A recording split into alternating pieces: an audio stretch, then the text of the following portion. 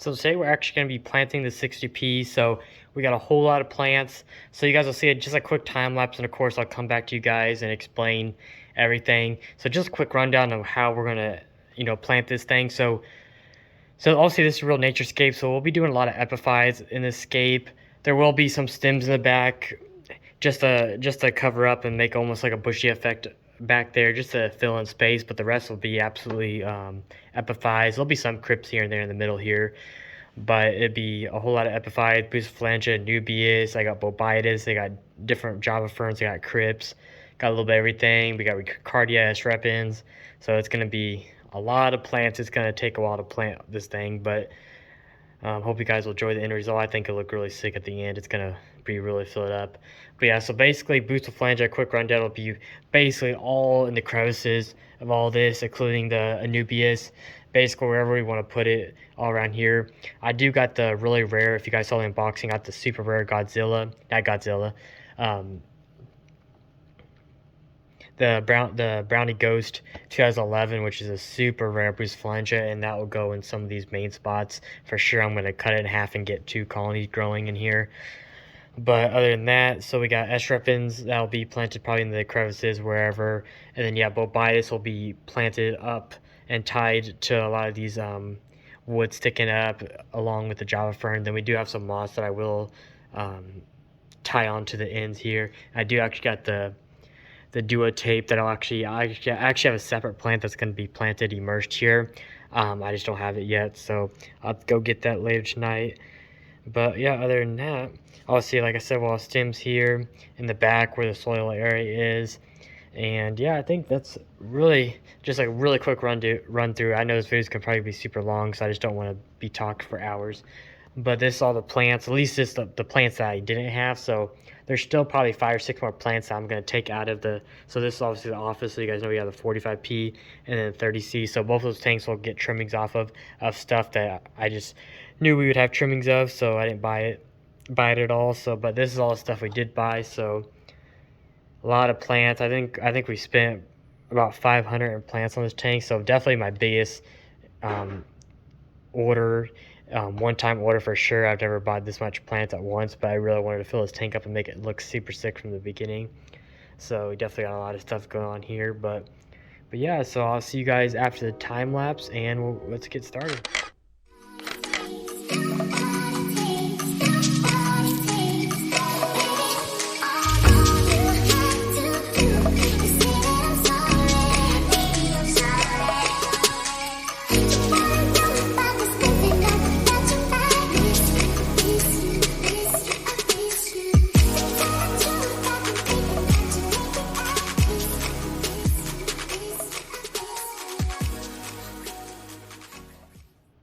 So I hope you guys like that time lapse. It was probably real spontaneous here and there, but try to do my best just to kind of film what I'm doing and give you guys a quick little run through of me planting. But I know some people like that and some people don't care for it, but I still do it every time.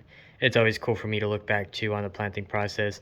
But I'm actually in the middle of actually filling it up right now. I totally forgot to pick up the phone again and film. But so yeah, so basically all the stuff we discussed pretty much just stay the same. I mean, I didn't do anything differently. Like usually, on the spot, I change stuff up, and there's a few things that I added that I didn't think I would do, but for the most part, it's pretty much all that I planned. So yeah, we got all the Bucephalangia planted, as you can see. So yeah, we basically got like 15, 16 different species of Bucephalangia in here. So basically, I just literally every single one's a different species on both sides. So that's nice. And then of course we got the really nice Brownie Ghost 2011 on both sides here, and then you see back here too. And then yeah, so we got all the ferns planted. You see all the ferns through here. We got crypts on this side. We got crypts down here. We got Bobitis all on top of these branches, and we got our weeping moss all on these tips. And I also got some Pinophilia UK up on top of these to give a little detail. Also put some over here. And then yeah, I got more Bucephalangia, really nice species. And then I put the P, where I could. And I got Estrepens going down here. Got all the Estrepens. So basically the stems are only in the back middle because I don't want them all the way out here. So basically the sides are all Estrepens, basically carpet. I added a dwarf hairgrass for detail. And then same, basically all the same. Also the Ricardia, if you guys saw that, all the Ricardia that we put. And same right here, just all S-Trepins up here.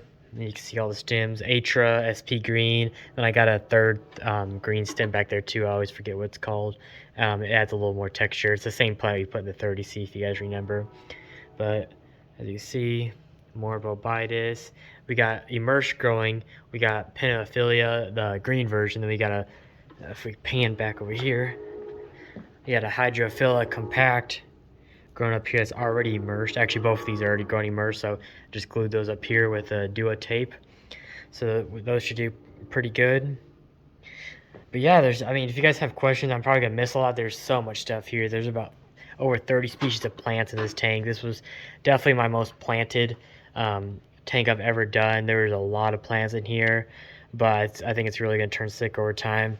Obviously got the crypts over here too. You see where obviously right now it's all kind of falling down because it's getting filled up. But once it fills up, all those should stick up and really fill in this middle area. And then eventually when it grows in, there'll be a big, hopefully a kind of a big round amount of plants and really kind of fill in the height for sure.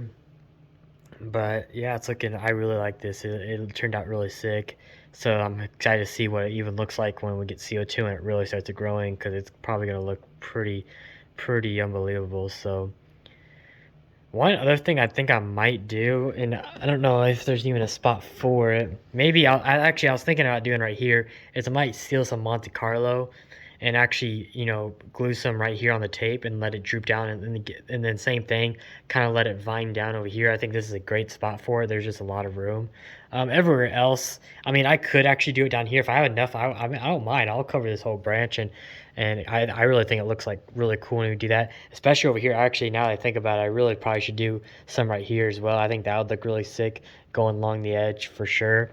Maybe even add some over here. So yeah, if I have enough, I'll do that for sure.